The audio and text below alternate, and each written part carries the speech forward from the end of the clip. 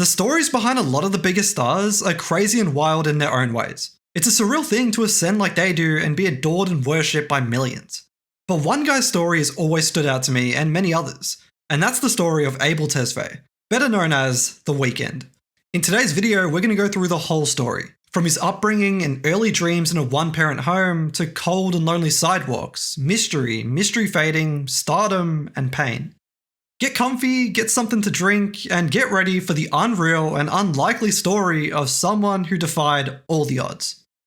Our story starts in Scarborough, a suburb in Canada's Greater Toronto Area, as our little Abel Tesfaye is born to Ethiopian immigrants Samra and Makonnen Tesfaye on February 16th, 1990. But I did say he grew up in a one-parent home, and that was technically true because his dad left his life soon after his birth, turning into someone he didn't resent but never knew, only seeing him a few times since then. So he was raised by his hardworking mum, who had to do even more to provide for her only child, working 2 jobs and attending night school. But luckily his grandma was around to help raise him, and was the one with him the most. This might sound like useless backstory, but this was his life, and like all of us, these experiences shape us. He grew up in a very Ethiopian household, even learning Amharic as his first language, and musically, Ethiopian music was the soundtrack to his life. Habesha singers like Asta Oweke were his first blueprints, and she was someone he even sampled later on at the end of False Alarm. But more famously, Michael Jackson was the second best thing in his household, especially resonating with a song like We Are the World,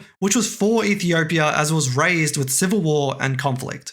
So you can see how much his background means to him, being one of his first pieces of identity, which is true for so many immigrant families. But inspiration goes a long way when you're just getting by and dream of more. And it was Jim Carrey's performance in The Mask that made him want to be a performer, it being the first movie he saw at the theatres when he was just 4 years old with his mum. While again, it was Michael Jackson who made him want to be a singer, and his song Dirty Diana that made him want to be a songwriter. These foundational memories and drives from art and media set him on his path in one way or another. But he didn't have the typical singing backstory of being in choir, serenading girls at school, or going to auditions. He was far too shy and edgy for that. He started smoking weed at 11 years old, the same time when he discovered rap music and was regularly listening to 50 Cent, Jimi Hendrix, and Led Zeppelin. And that was just the start of his troubled youth, because by the end of high school, well, not even that far, he had done MDMA, Xanax, cocaine, psilocybin, and ketamine, and some shoplifting for good measure too.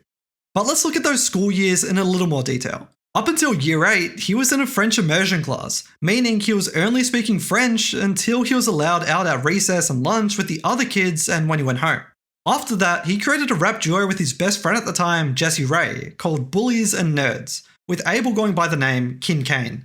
I really recommend watching this great compilation of young Abel clips called Every Rare and Old The Weeknd video. You get to see him as Kin Kane, some of his early singing and bars, and it's just crazy to see him in such a candid way before it all.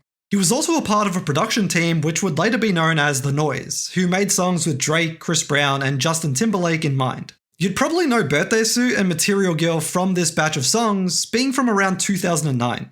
And if you knew anything about his story before watching this video, you'd know this was a crazy time in his life. He had previously attended West High but was expelled in 11th grade for something he doesn't remember, having to transfer to the rougher Birchmount Park. The thought of starting all over again and making new friends was not something he wanted to do, but something good did come from it. He met his best friend, Lamar Taylor. One day as he casually sang in the hallway, his friend told him that he had a good voice and he should try out for Canadian Idol. And while he never did that, it gave him enough validation to drop out. That meant he lasted 6 months there before dropping out, and subsequently leaving his home, and moving into a 1-bedroom house at 65 Spencer Avenue with 2 friends, better known as the House of Balloons. The house was in an up-and-coming neighbourhood called Parkdale, and as young and wild teenagers, they were keen to leave an impression. They became legends to some and infamous to others, famously throwing shitty parties with balloons for decorations, but with drugs and good times. And for a while, it was amazing.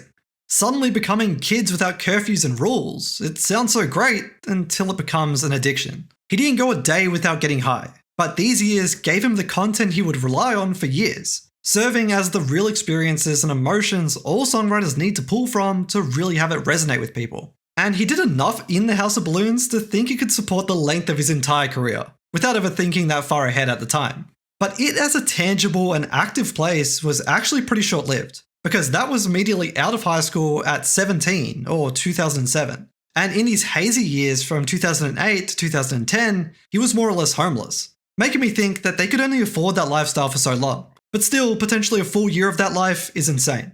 He survived by couch surfing and doing whatever he could, but painfully didn't speak to his mum at all during this time, who desperately wanted him to graduate and get a degree so that he could be successful in life. And it raised the question, what did Abel want to do with his life? Yeah, music was there and something he loved, but he said that film was his first real love.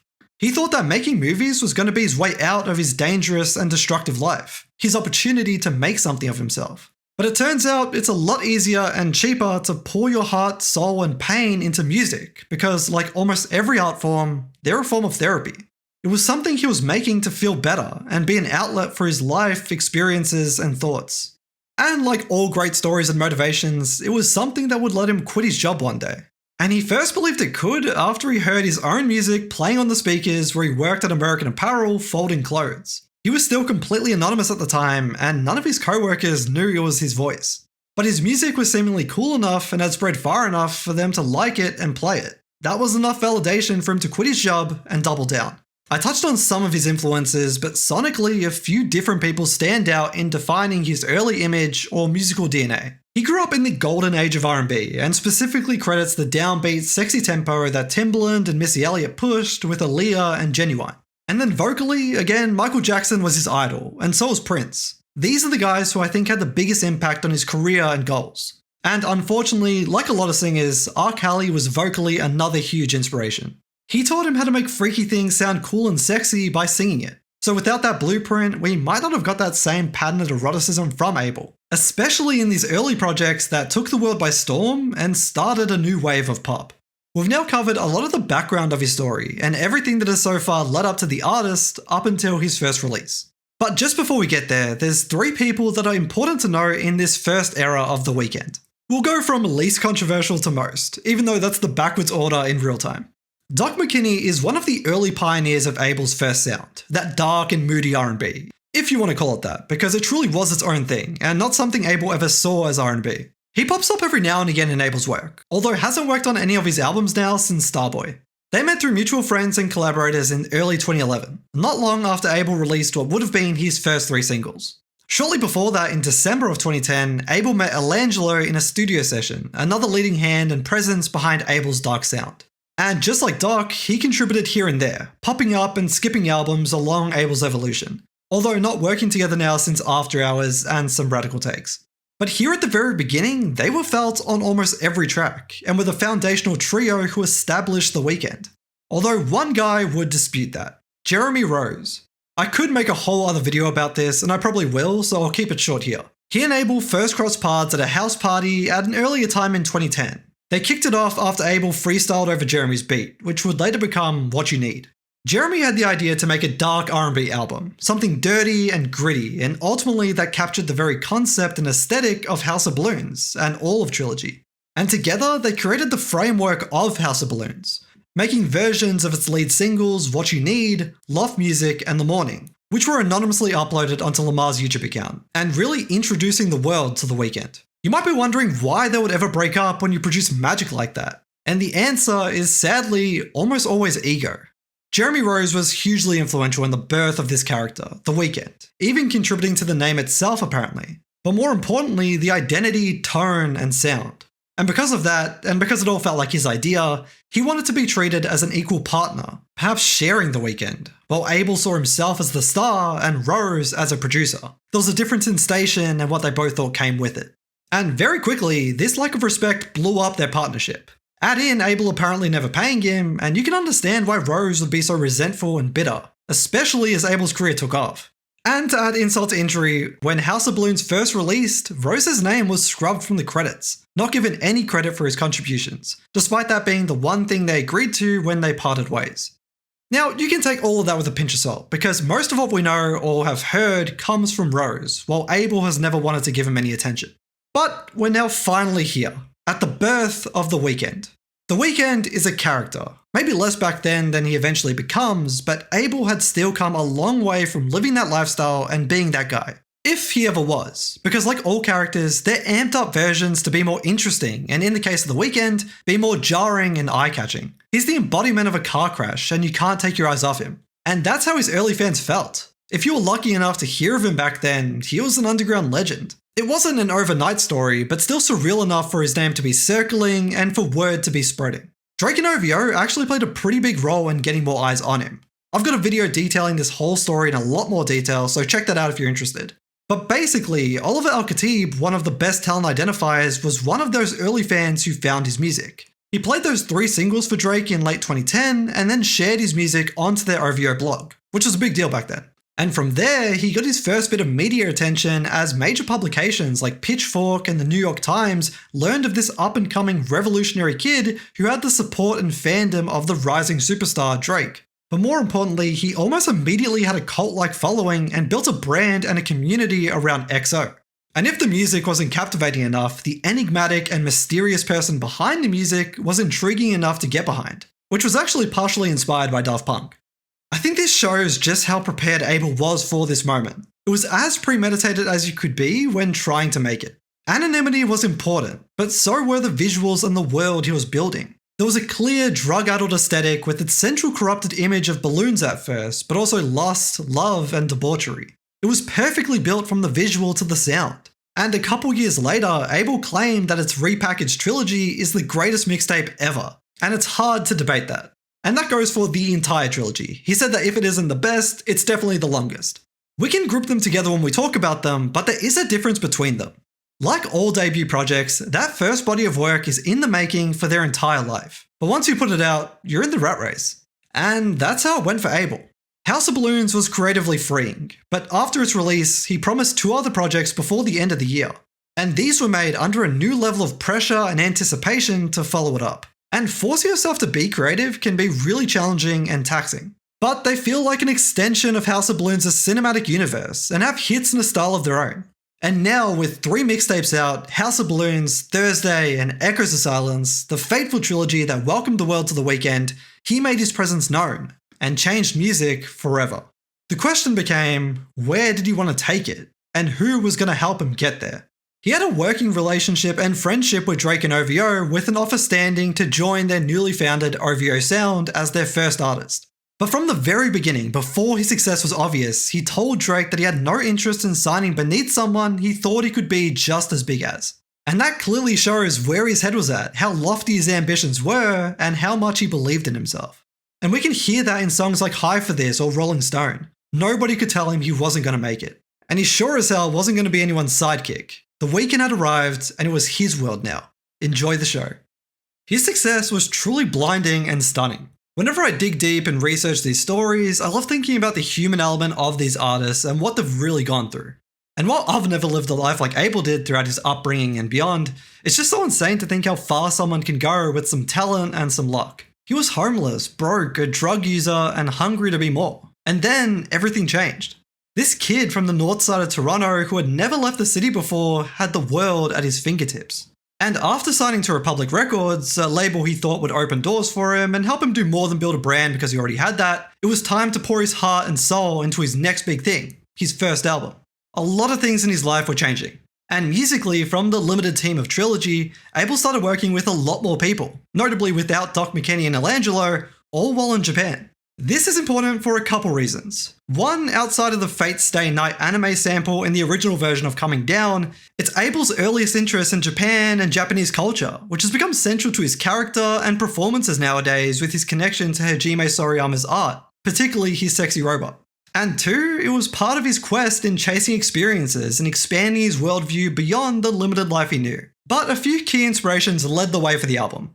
Sonically, Portishead is the most obvious, but he also credits Stevie Nicks, Genesis, and Phil Collins, which all go to show how he distances his art from anything R&B exclusive, which the samples of Trilogy would have told you anyway. But every album has musical influences. What makes Kissland unique is its cinematic influences, because filmmakers John Carpenter, David Cronenberg, and Ridley Scott were all cited as inspirations because they knew how to capture fear. Because at the core of Kissland, Abel wanted it to sound and feel like a horror movie. Its title symbolized tour life, this new world he was entering. But it was a world he was terrified of as a new place he was unfamiliar with. There's so much success, so much love, so much temptation, so much threat, and so much fear. And a few references show that more explicitly as Abel toyed with his dream, blending his love for film with his incredible talent for music. Like, for example, when we hear the screams of what we assume are adoring fans. The album and little elements like that make me feel like I'm in a horrifying amusement park. It feels unhinged and unsafe. And more than that, we also hear him explore electronic music. This is the period where he first meets and works with his various famous French collaborators, from Kavinsky, rest in peace, and Gesaffelstein to one half of Daft Punk in Guy Manuel.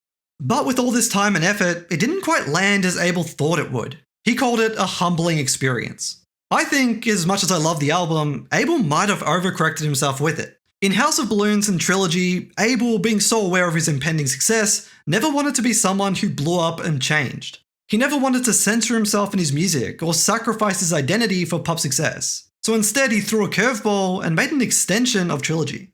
He was telling the world that he wasn't going to change up, and that he's still going to make claustrophobic music that's deep, dark, and personal. Maybe it was his cinematic perfection of Trilogy, with a bigger budget and more life lived, but it wasn't the leap forward that everybody expected. So that's why it was underwhelming or humbling to him. He thought it was going to launch him into different conversations, and so did everyone else. But that's just the talk around it, and if you're anything like me, you love it.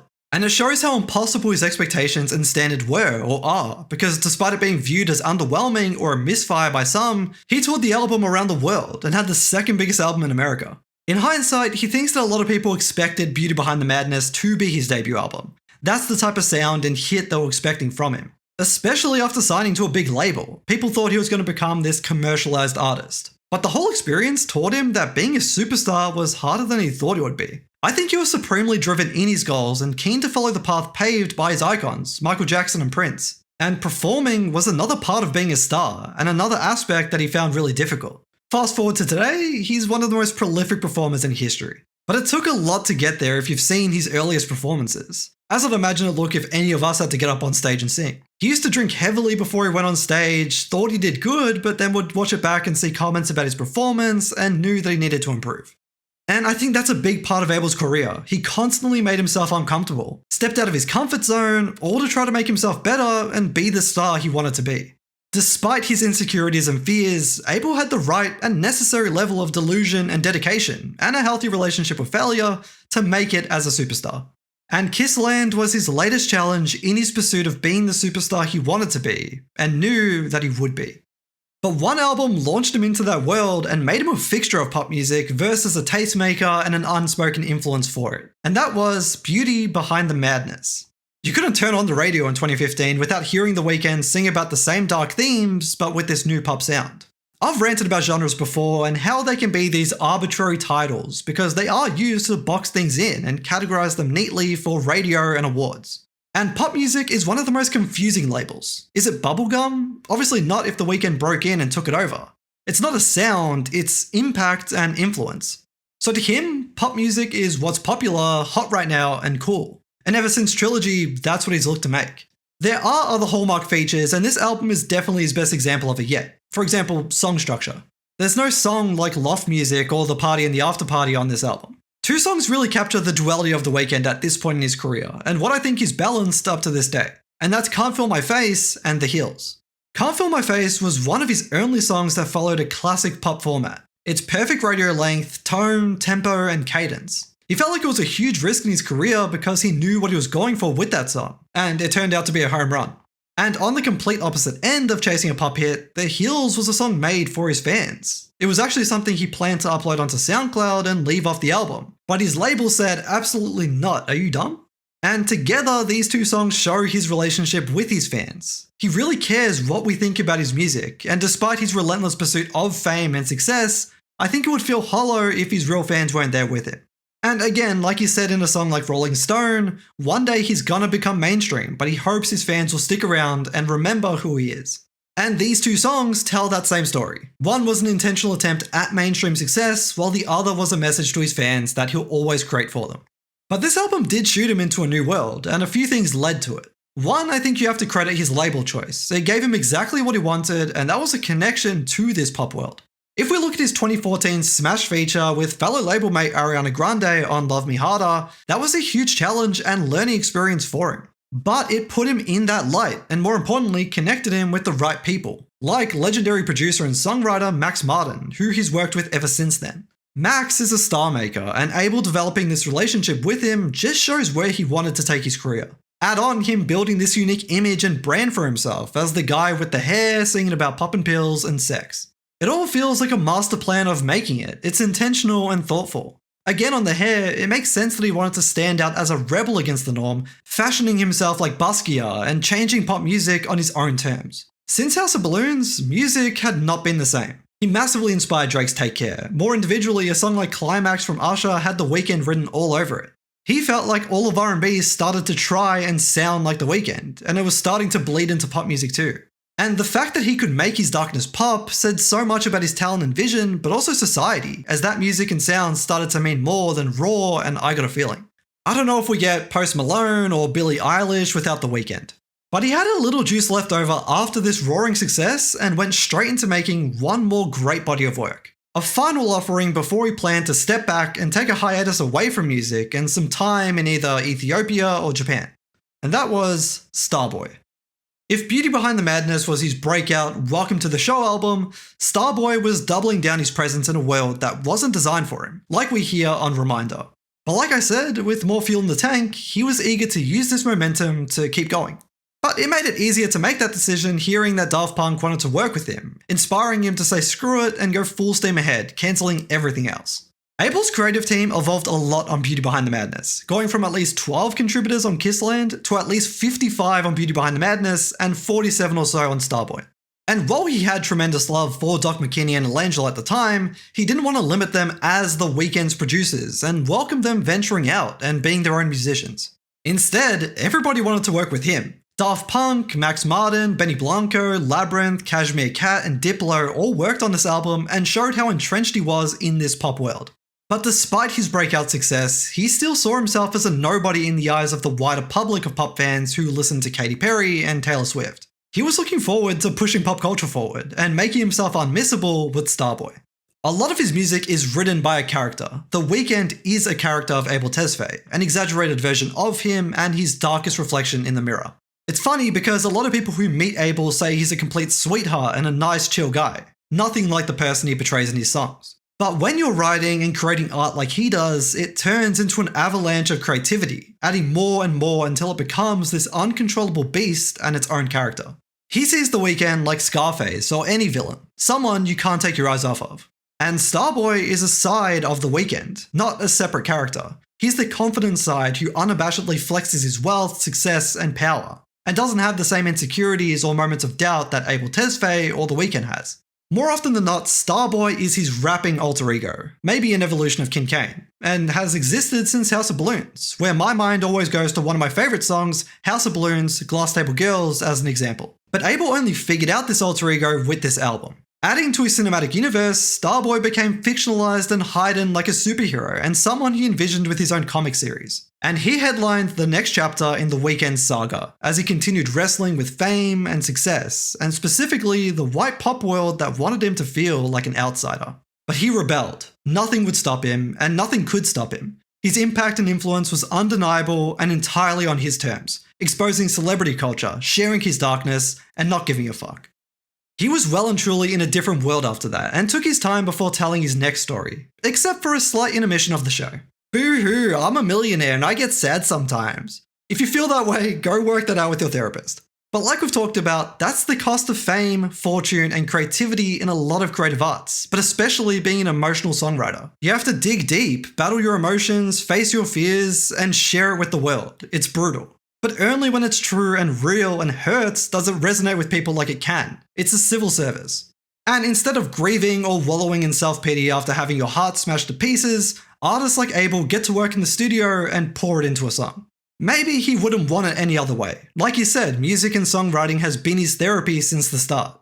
But our most direct and obvious example of this comes in his impromptu EP, My Dear Melancholy.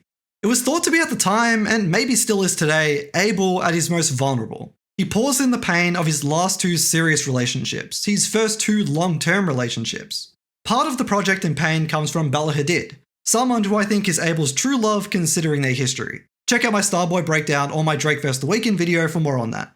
But more recently, his other high-profile breakup with Selena Gomez, who he dated after Bella, lasting 10 months and breaking up just 5 months before this project. And while this is ultimately a small chapter in The Weeknd's discography, it's a huge moment in Abel Tesfay's life. And it maybe started the unraveling of his character as he dreamed of more. He's worked so hard to be a superstar that it's costing him the chance to be a person. But truth and pain make for the best sad songs. And ultimately, you have to ask yourself, what's it worth?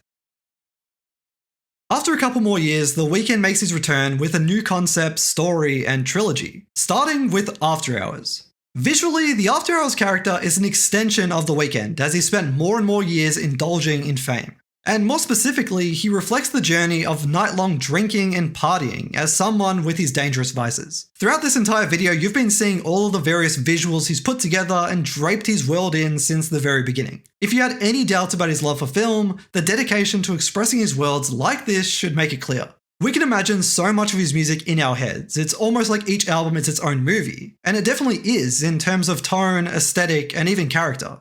And here in After Hours, we really see the story unfold in all of its associated visuals, with him arriving in Las Vegas, drinking, doing drugs, and eventually getting beat up. But it doesn't stop there. He shows a character on a dangerous path who will stop at nothing in their pursuit of fame and attention, or numbing of pain. He's on this trajectory which to all of us is difficult to watch, feeling like it's unhealthy, bound to go bad any second, and leave him in a ditch or worse. But in celebrity fashion, we can't take our eyes away from it. And that's the archetype he's playing into. Influencers and celebrities don't always live like this because they want to, but because they feel like they need to. And in a world where attention is a currency, people will stop at nothing to get more clicks, more money, and more validation. It's extremely and dangerously empty. And while his plan for this character started off with a simpler version of this, he built on it and covered his head in bandages and gauze to tease and unveil his character's extreme and botched plastic surgery. Making the story and message larger than his life within celebrity culture or celebrity culture as a whole, he made it a statement on beauty standards and fame. It's reflecting the absurdity of this culture and how people will change themselves physically or lose themselves spiritually for superficial reasons. You might be asking the question, wait, Noah, how about his Beauty Behind the Madness hair? Surely that was him playing the same game. And I'd respond, great question, good job thinking of that. That's 100% true. But Abel broke free and went against it. He was a prisoner to it, and it was just generally uncomfortable, so he cut it off, despite his team telling him that it was a part of his image now.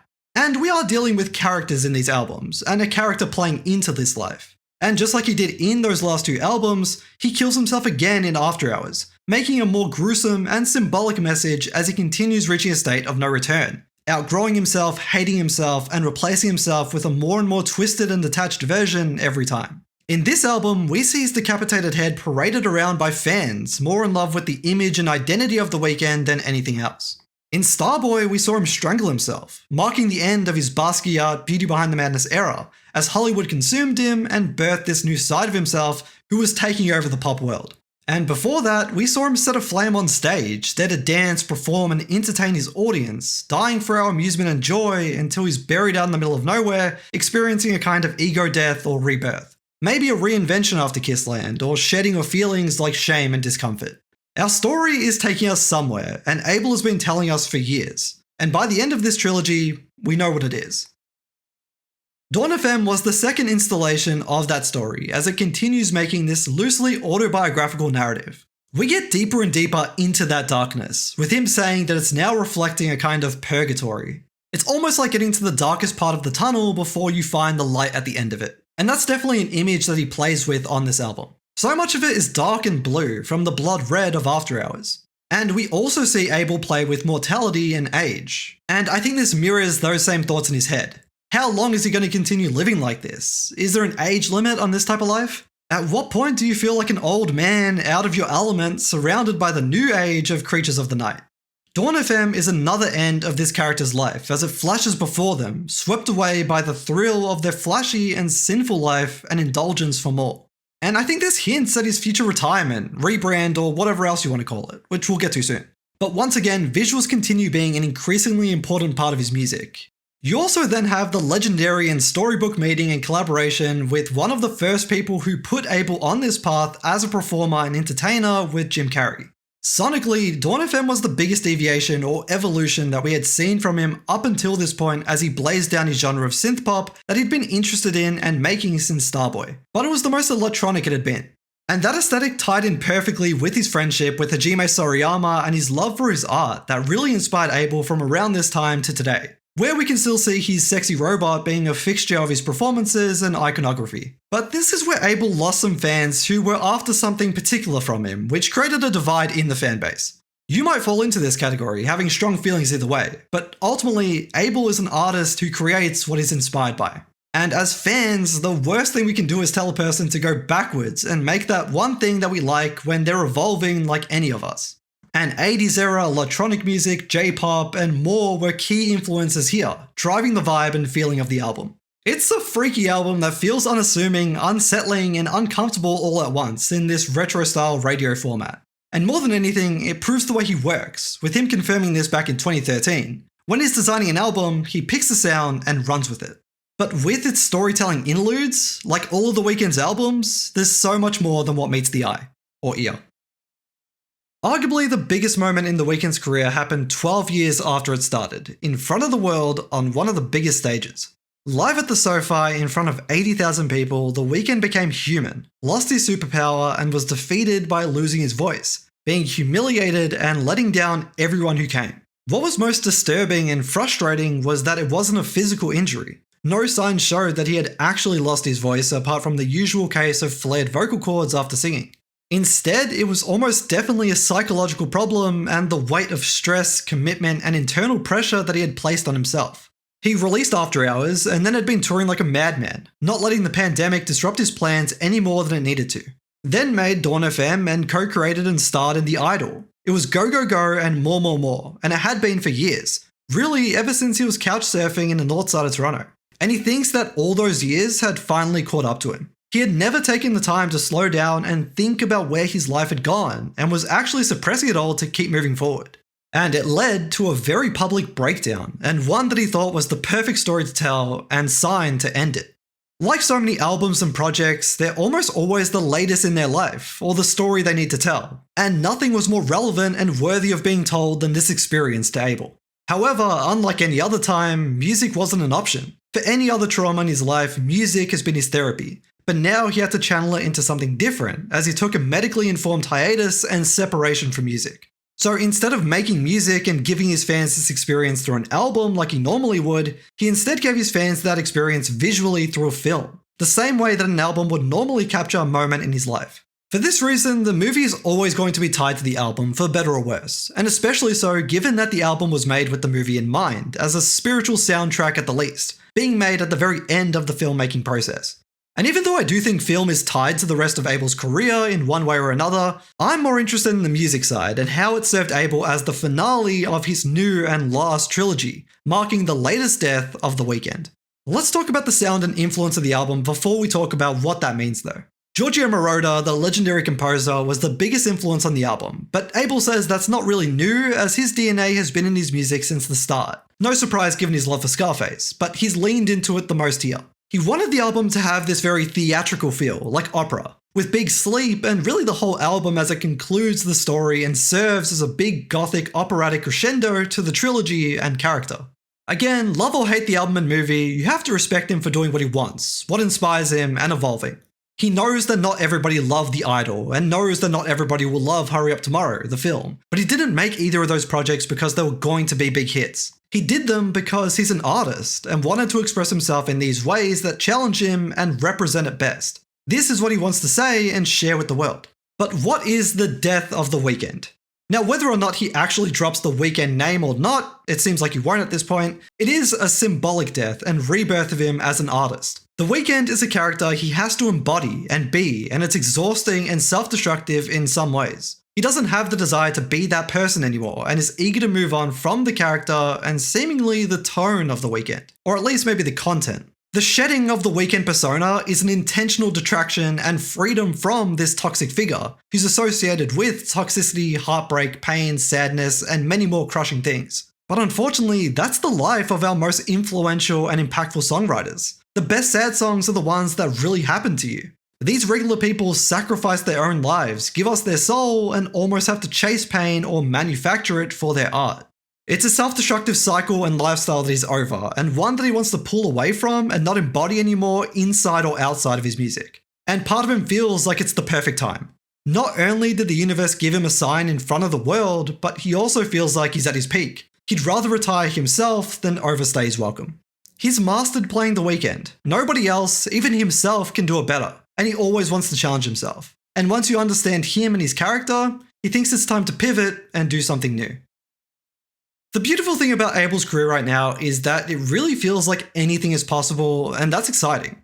As a fan of his music first and foremost, and being someone who specifically loved his dark sound from so many years ago, I'm interested to see where he's going to go with it next, but don't have my hopes up on a return to that by any means, and I wouldn't ask him to.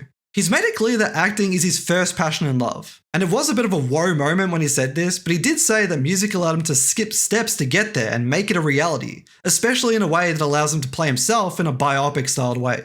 So I expect more film-based things will come, even after the failure or general dislike of Hurry Up Tomorrow as a film or The Idol, and his acting in both by critics. But musically, more importantly, the death of The Weeknd is more symbolic than anything. It allows him to move forward untethered to toxicity and a self-destructive life like the character needs. It's not the first time he's been reborn or had a death of character. We see it happen vividly in Beauty Behind the Madness, Starboy, and less directly but all throughout the After Hours trilogy. This character is a parasite to Abel Tesfaye, almost by design, and more than ever before, it's now a liberation of self. Not being chained to making the same type of music as he lives out the rest of his 30s and goes into his 40s and 50s, because he tested retirement and it felt wrong. He's a star and a performer. He's also spoken about how the best love songs required truth and pain, and that as a songwriter you almost need to chase heartbreak and depression to fuel your art for it to be as great as people want it to be. It's the artist's curse, especially in his case as one with such a devoted fan base and whose music is so visceral. But he needs to move away from it to some extent to regain his sanity and live the life he wants to live. Does that mean he's going to be making happy, kumbaya music going forward? Probably not. Darkness has always attracted him, but maybe it will be more distant and fictional, or the start of real love sprinkled with darkness. He's hoping for a Kissland 2, the only album in the world he sees himself revisiting and making a sequel to. I think that would be sick and something he has the tools and budget to nail, especially with it originally being designed and viewed as a horror movie. His interpretation of it now would be interesting. But call me cynical, I just feel like he's in a different part of his career and life and don't think we're getting that era of music, sound, or personality back in the same way. I think that's part of what this retirement or death and rebirth means. But I know either way, you and I will be there and eager to see what's next. Thanks for watching. If you enjoyed this video, check out the channel for a ton more like it. See you next time. Have a great day or night.